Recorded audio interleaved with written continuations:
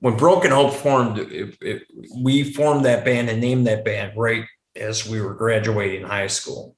And soon after, we had, a couple demos out and got our first record deal. But there was this window of time where certain bands and albums on Earache, okay, records, you couldn't get those albums in any store. They didn't have licensing in the United States, like in 1989.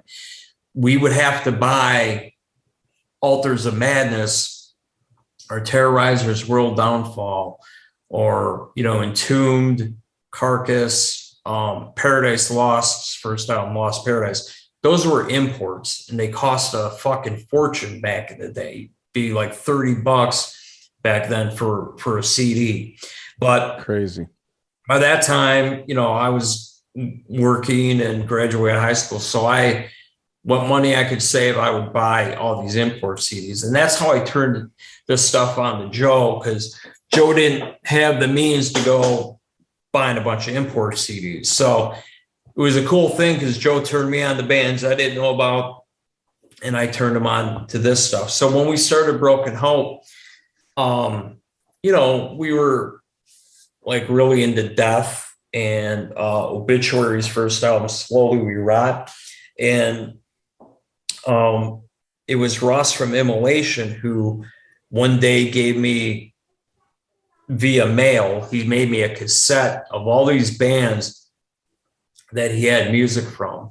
And one of the bands, well, by the way, I was really into Immolation's demos. They were before they even had an album. Man, they're always good though, bro. That was like the path Joe and I were on, with death metal. We knew, Broken Hope was definitely, when we formed the band, we were a fucking death metal band in our mission. Yeah. You got a dark groove for sure. Right, the heaviest, catchiest fucking music, right? Yep. Diego, that's what I'm talking about exactly. So, when we got this tape from Ross of Immolation one day, and he had a demo of he had all these demos of these bands. He had Paradise Lost demo, and I remember Ross in his letter said, "Wait till you hear this band, Paradise Lost. They're the heaviest fucking band ever. Just listen to them." And we also had like Deicide's demo, which was really fucking heavy. They were called Amon or some shit back then, right? Yeah, they were Amon. Ross also sent me a demo by a band called Nihilist, who were Entombed. Yep. Later, and so we were like, "Wow, this is fucking awesome!" And like that to this day, that first Paradise Lost album, Lost Paradise, is one of my favorite death metal albums, and it was also a huge influence on Joe. He loved that album too, so much.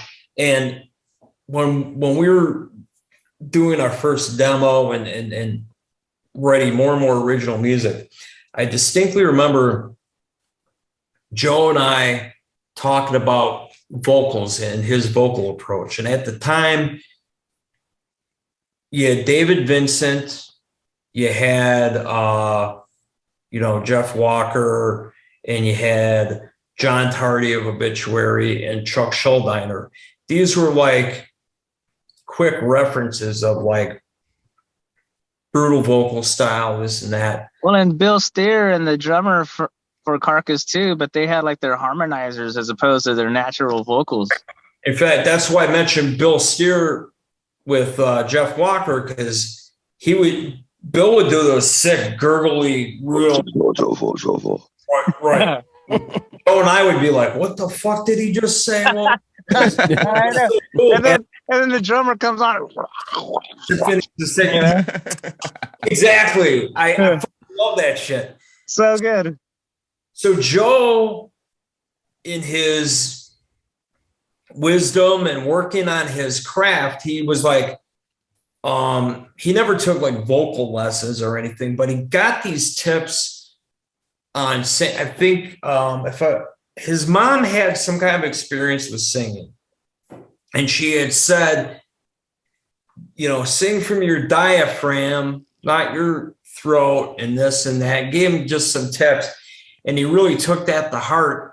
And he said, if we're going to be on this mission to be the heaviest death metal band possible, I'm really going to go for this guttural approach. And mind you, everyone knows the term guttural. No bullshit. Never Not even back then, though. Joe's the one who used that word guttural. Dude, that's so good. And he just evolved from there. And he had that in his head, and it just worked out for the chemistry and ingredients we were put together for Broken Hope.